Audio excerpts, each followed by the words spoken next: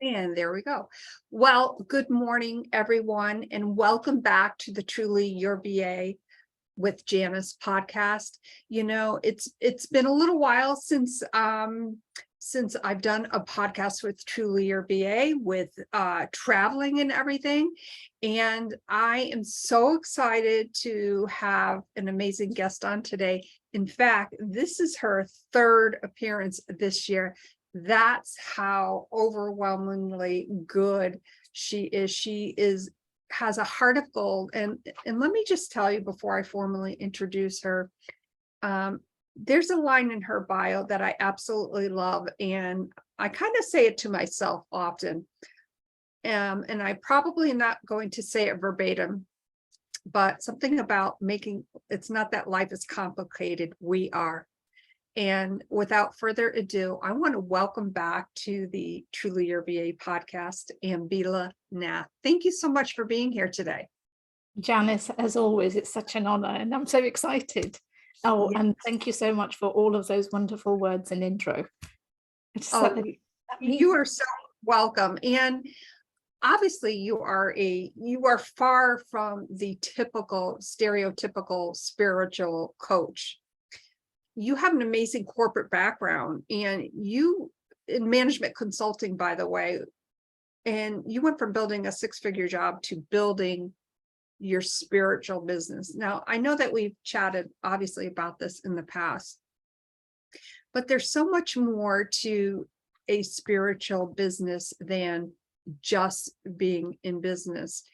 It's so much more than just laying a foundation. It's really laying the groundwork to work with entrepreneurs basically from all over the world. Can you give us a little bit of an update and a background on that? Yeah, and you're so right. It is. It's kind of like two different businesses coming together as one. And that's probably why I struggled for so long on working out a format that I was comfortable with, that resonated with me, and then I could translate it to my clients.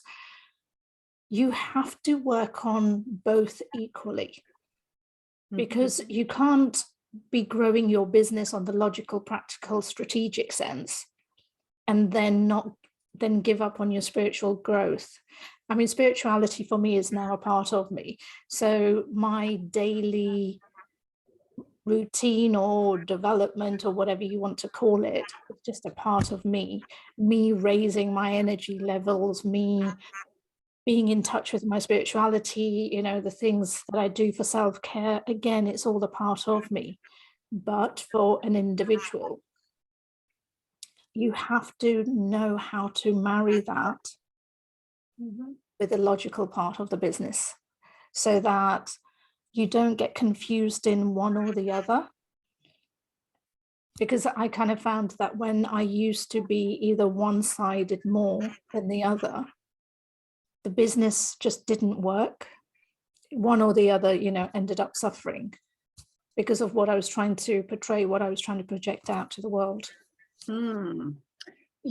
That is so true. And I'm obviously resonating with that right at the moment, because as a lot of people know, with kind of restructuring and revamping my own business, you do sometimes as an entrepreneur, and I know I'm guilty of this, you fall into that rut of just business, and you're not so much focusing on the daily routine, which for you obviously is spiritually based, self-care, personal development, whatever we call it.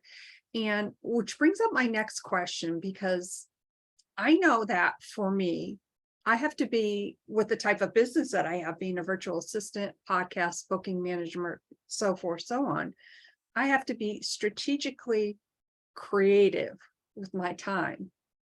So what would you say about that daily routine? Like, did you sit down at your desk one day and say, okay, like, I know I need to structure this a little better? Like, what was that like for you to create that routine? Funnily, sorry, as you were talking, I was smiling because I was actually just creating my program online, and the module that I've just finished is all to do with time management. So you asking me that question is like, oh, okay. It was trial and error, I'll be honest, because when you're first starting out, you don't have the skills, tools.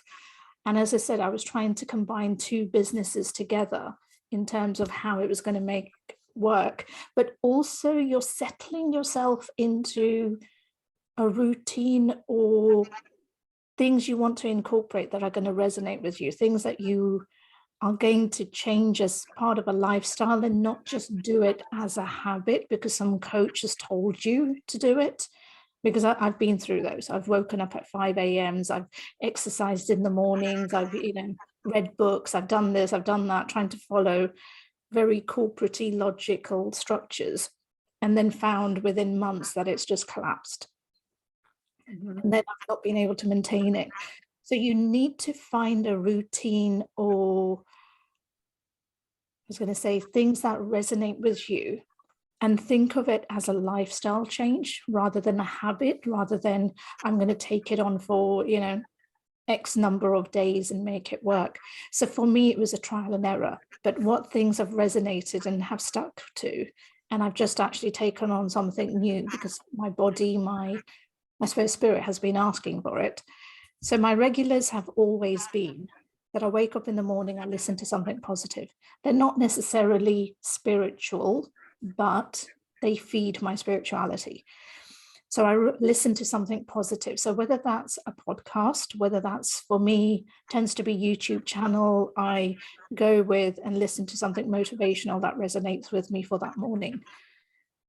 So that's my morning routine. And then I exercise as much as possible, whether that means just going for a walk or whether that's actual rigorous exercise, because again, it's your mental health as well. Everything is interlinked, so they're all feeding your spirituality. To have spiritual growth doesn't mean that you have to be meditating or chanting Om or do, rituals and things, because it's about feeding your spirit, and that is spirituality.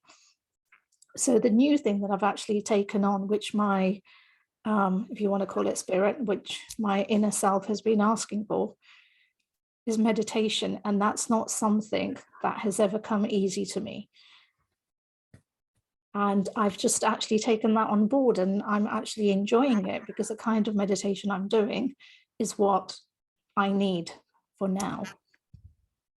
And, as you were describing your morning routine and what lightens you up, and this is kind of a little sidebar, I just noticed that we're kind of twins today. We're wearing the same color. Yeah, so anyways, I got a little distracted there. It happens from time to time. You know what, this is the beauty. This is the beauty of podcasting, as I often say. But as you were describing your daily routine and what works for you, I love how you put it, that you really have to think of it as a lifestyle change and not, okay, I have to do this, and this, which we are so regimented by. It's almost like an all or nothing approach. And I think sometimes when we don't take the time to, all right, maybe try the 5 a.m. thing, waking up, maybe you might have to adjust it to 5:30, like whatever works for you. It really is a trial and error. What would you say to someone who's just starting out, and they're doing different things and they're not feeling that the vibe, they're not feeling that connection? Obviously, that's not something that, maybe they should be doing. What are some different ways that they can maybe really take it in, but in a way where they can adjust it? Because that's very difficult for many people to do. I know it has been for me. Exactly. And it's not that I'm not doing the things that those wonderful coaches recommended that I do, but then all I've done is change the timings that sit better with me. So I exercise not in the mornings, I do afternoon or evening. because that's when I feel my body is going, come on, let's exercise, let's do something. Whereas get me up early morning to exercise, I'm likely to just hit the snooze button, turn over and go back to bed. So work around your energy, work around your body clock, because we all have a different body clock. And once you really tap into knowing when your peaks are, when your body is saying, yes, let's exercise, yes, let's go for the walk, yes, let's do the meditation or journaling, then it becomes more of a lifestyle, because then you're in control of it, as opposed to somebody saying you have to do it like a drill sergeant, sitting on your head. And we all rebel. We would all rebel, because, nobody likes being told. But if you are buying into it and in control of it, and you're noticing the benefits of it, then you're likely to take it more on board.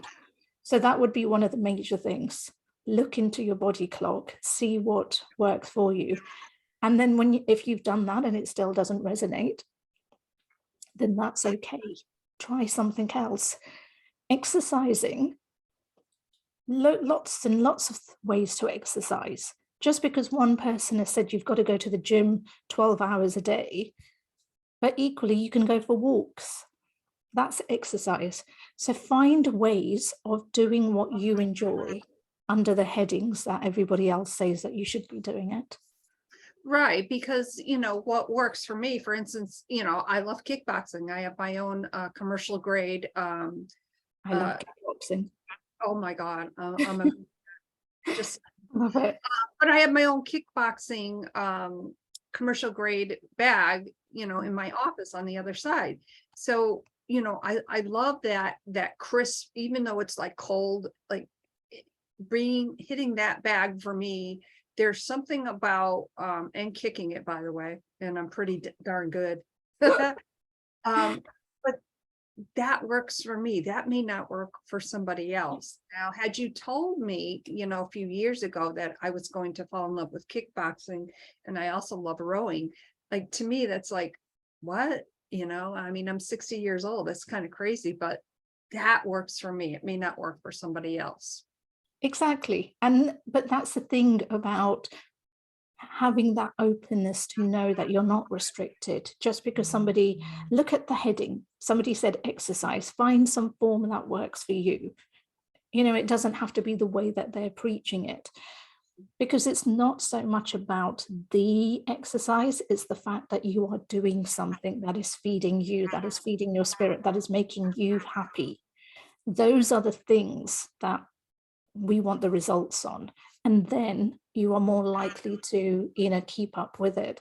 And it's the same with if it's journaling, if it's any other kind of growth mindset work that you're doing, listening to podcasts you might not be used to, having that as a daily routine.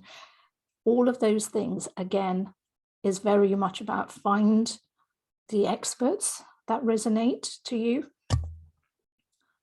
the timings that resonate with you, and how you want to do it. So you're finding your way of doing what people are asking of you to improve your life. That is so important. And, as we go forward, especially this very busy time of year, the holidays and everything coming up, and then we have, the new year. And I know a lot of business entrepreneurs that I've been speaking with too in the US are thinking, okay, year end cram, and then it's, tax season. What are some, and it all goes back to the spirituality about what feeds your soul, but it's the time management part that I am also hearing from a lot of different people, that they're struggling with fitting the time in to do everything. Can you enlighten us on, you're the expert on this, because the time management thing is very difficult for a lot of people, and myself included sometimes. Thank you for calling me an expert on this. As you were talking, the word that came out was priority. Because the thing is that we as human beings, we take on absolutely everything and anything. And our conscious and subconscious mind can't differentiate between the two. So it's not going to know whether something you want to do is actually for next week or whether it's for today. If it's in your brain, then everything is for today. So hence why that urgency within us is always, oh my God, I've got so much to do. Best thing is get it out of your head. Put it in your calendar, write it down, however it may be, because once it's on paper, once it's out of your head, but secondly, you're able to see what you're actually thinking you need to do. And some of those things you might be able to actually delegate. You might be able to say to family, friends, somebody else, could you help me with this? Can you do this for me? There might be things on there that actually you think, oh, that's not for January. I don't need to do it now. It's for January, but it was in your mind, so therefore it created that urgency. And then prioritize what you need to do, what's urgent for today, what do I need to get done for today, because not everything that's going on in your head is for today. And that's the way to break down in terms of being able to manage this busy time going into January, because one thing you don't want to be doing is hitting January in total burnout, especially as entrepreneurs. That's definitely not what we want to be doing. Right. And thank you so much for sharing that. I know what works for me is, and you mentioned pen to paper. And for instance, I have my daily clipboard, and I write, from this time to this time, I'm doing this, some outstanding things that I have. What frightens me, what I've heard some of my friends say is that my to-do list has a to-do list. Yeah. But again, that comes back down to priorities. What are you considering to be priorities for needing to get done today? Because we all, as I said, have projects and we all have lots of lists. Differentiate what's your personal life and what's your working life, because sometimes they both get interlocked and mixed, and then that causes a confusion as well. So be clear when you're doing your schedule. I have a color-coded calendar. So I'm able to look at my calendar and know instantly, this is personal, this is business relating to meetings, podcast, clients, whatever it may be. It's all color-coded. So that sometimes I don't even need to go into it to go, okay, this is the client until I do. So make a system that works for you, but it's all about knowing what's important and making time for that. Because when we class something as priority, when we put something in our minds and we know we've got to get it done, we are going to find that time. Whether we've got to take that time from 5 minutes here, 6 hours there, we are going to make that time. When an emergency happens in life, we find time. So it's the same thing in terms of the way the brain works. You prioritize something, you will find the time. So that's why it's really important that when you look at your list, you look at what is important for you and break that down on a day-to-day basis, and then you will be able to manage things. But don't beat yourself up if something carries on to the day after, because we have certain amount in the day. Things happen in life that, we don't anticipate. So do not worry if you don't accomplish everything within that list, but task yourself at least 3 to 5 things within the day that you feel, yes, I need to get done. I love that approach because it's simplicity. It's very practical. My next question, we were talking about pen to paper, and I obviously do that myself. Do you use a special app as well to kind of, keep you up to date with all your different projects going on? I use Google Calendar. Google Calendar organizes most of my life, but in terms of my projects and what I've got going, I am a pen to paper girl. And I find that when I'm pen to paper initially, when I'm, doing the whole kind of, I suppose, breakdown schedule, it helps in terms of my creativity, but also in terms of the guidance of, what needs doing and how it needs doing.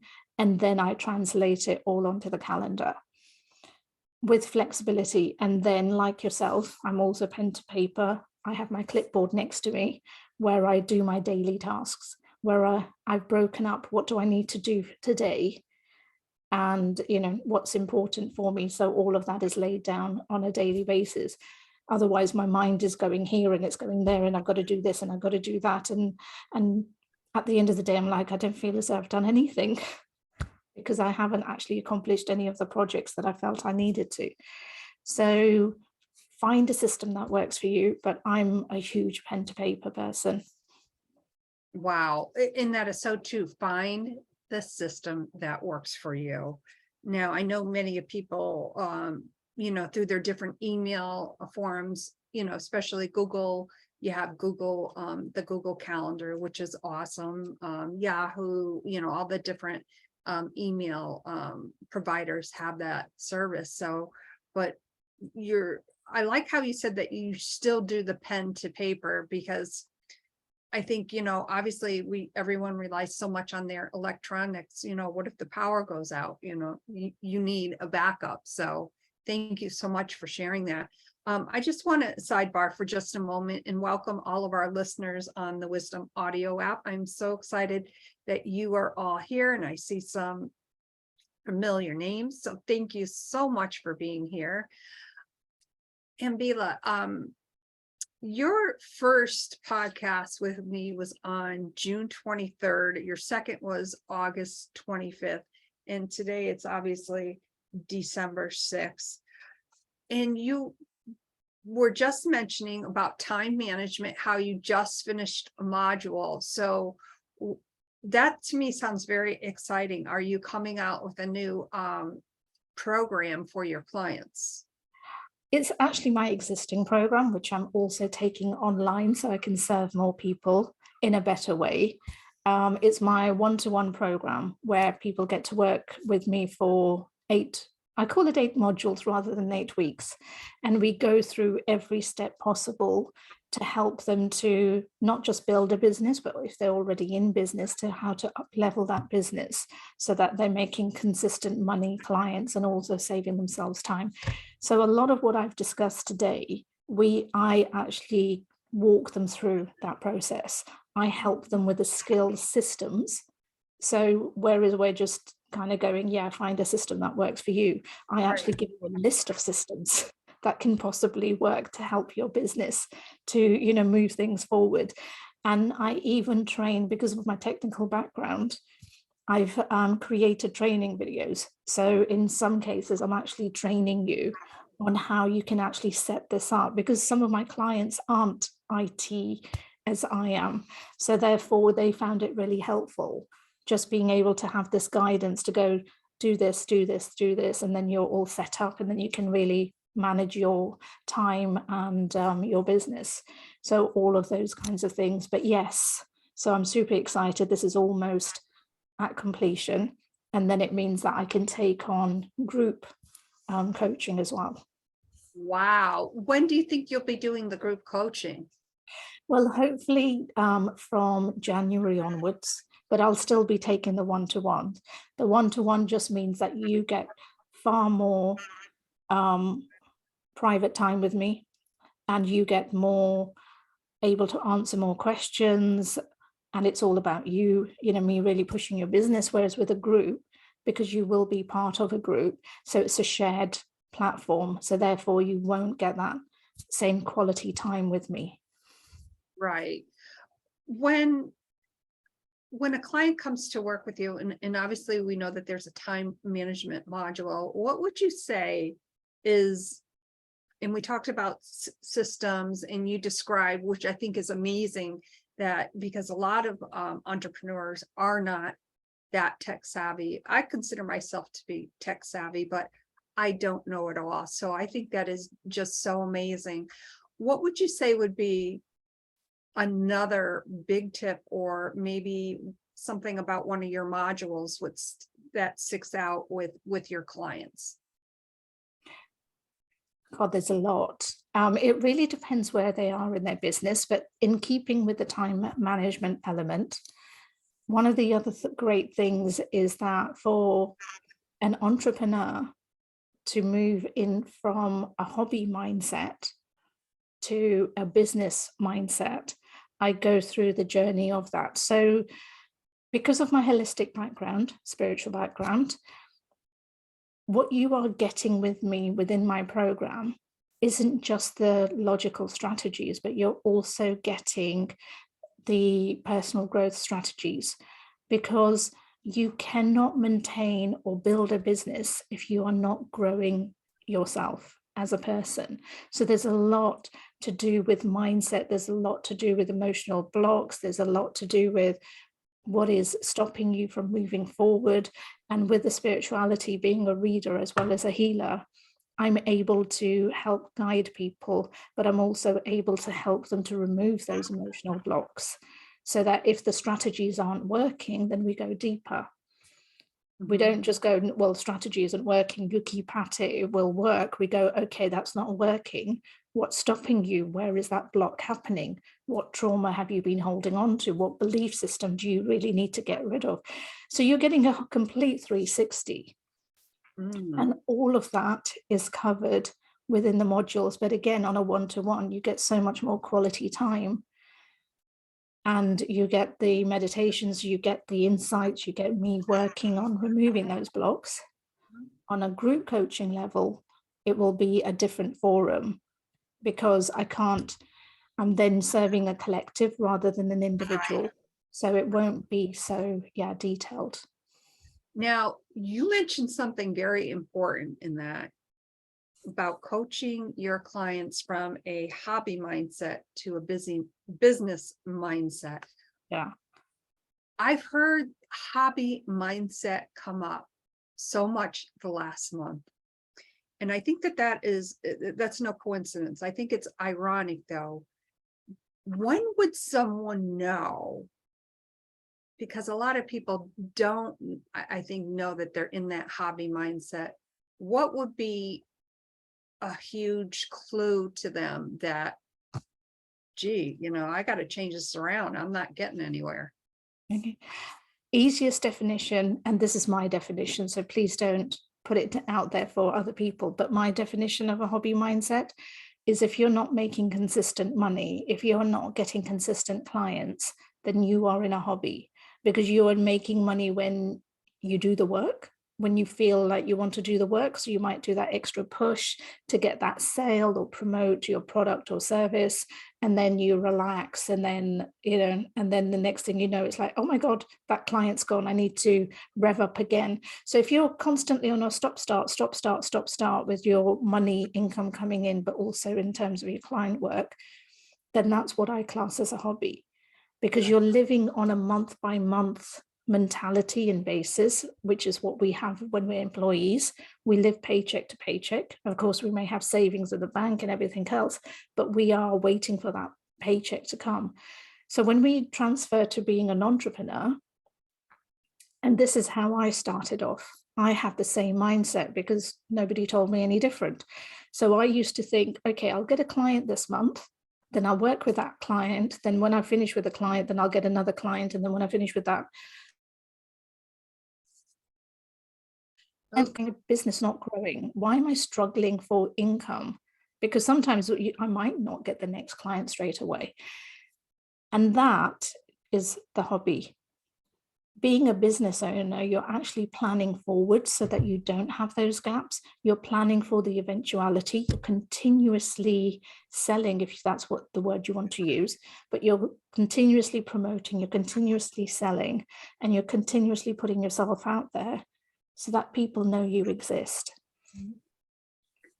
How important would you say is the social media aspect of selling? Social media aspect is important because that is the new way that people are recognizing. But social media is about, and a media expert actually said this, and I'm going to get it wrong, but the gist of it was that it's about being social. it's not about selling. So if you're in putting stuff out on social media, it's about you connecting with people, not doing the brazen selling or buy this, buy now, have this offer, do that kind of thing. Unless, of course, you're a retailer, then go ahead. But if you're a service-based, it's more about forming that relationship. And people come to social media because they want to be distracted. They don't want to be sold. If they want to be sold, they'll go elsewhere. But once they get to trust you, they will automatically go to your other forums, like your website or maybe other pages where you are selling, and then they will buy from you. So it is important, but I think social media is more important for people to connect with you, to get to know who you are. Then from there, they learn what your products and services are. And then it's an easy sale, because once they trust you, then, you know, they will be there.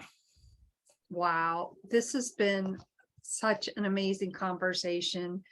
I obviously love having you on the Truly Your VA podcast. I'm going to do the quick sign off on the Wisdom Audio app. Again, I want to thank all of my amazing listeners on here. And remember, you know, the Truly Your VA business podcast really is all about connecting, collaborating, and inspiring entrepreneurs. So if you are a service-based entrepreneur and you'd love to share your time with me on the Truly Your VA podcast, please do not hesitate to reach out. Once again, thank you so much, Wisdom, and we'll be on again very soon. I'll keep you posted, and check out my website at the end of the day, and I will have the link to this podcast on there. Thank you so much, everyone, on Wisdom. Have a great day. Wow, I just want to say again, I want to thank you from the bottom of my heart. You have truly been such an inspiration, not only to myself, but to my viewers and listeners. I couldn't write down notes fast enough. And I think every time that I've had you on, I learn more and more. And it really gets me to thinking that this is so much more than just being an entrepreneur or being in the service industry. It really is about the connection and collaboration. So I want to thank you so much for being my guest today. You are truly amazing. Janice, thank you so much. I mean, I'm greatly honored that you keep on asking me back. So that in itself is a true honor. And thank you so much for your kind words. I'm glad that the things that I share with people, again, everything I share is what I've been through and what I've learned from other experts. So nothing is just academic based. And I'm so truly grateful that it's resonating and hopefully changing lives, and people are using it and, you know, moving forward. So thank you for giving me this platform. You are so welcome. One final question. How can our viewers and listeners get in contact with you? This is the easiest question. Get the spelling of my name right, and then you will be able to connect with me. Fastest way, I am most active on Instagram. My handle is Ambila_Nath. So if you want to interact with me, get a message across, get a response back quick, then that would be the forum. Secondly, go onto my website, which is ambilanath.com.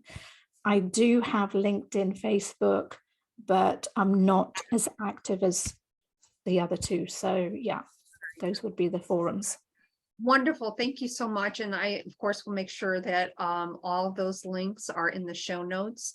And of course, the links to your prior podcast.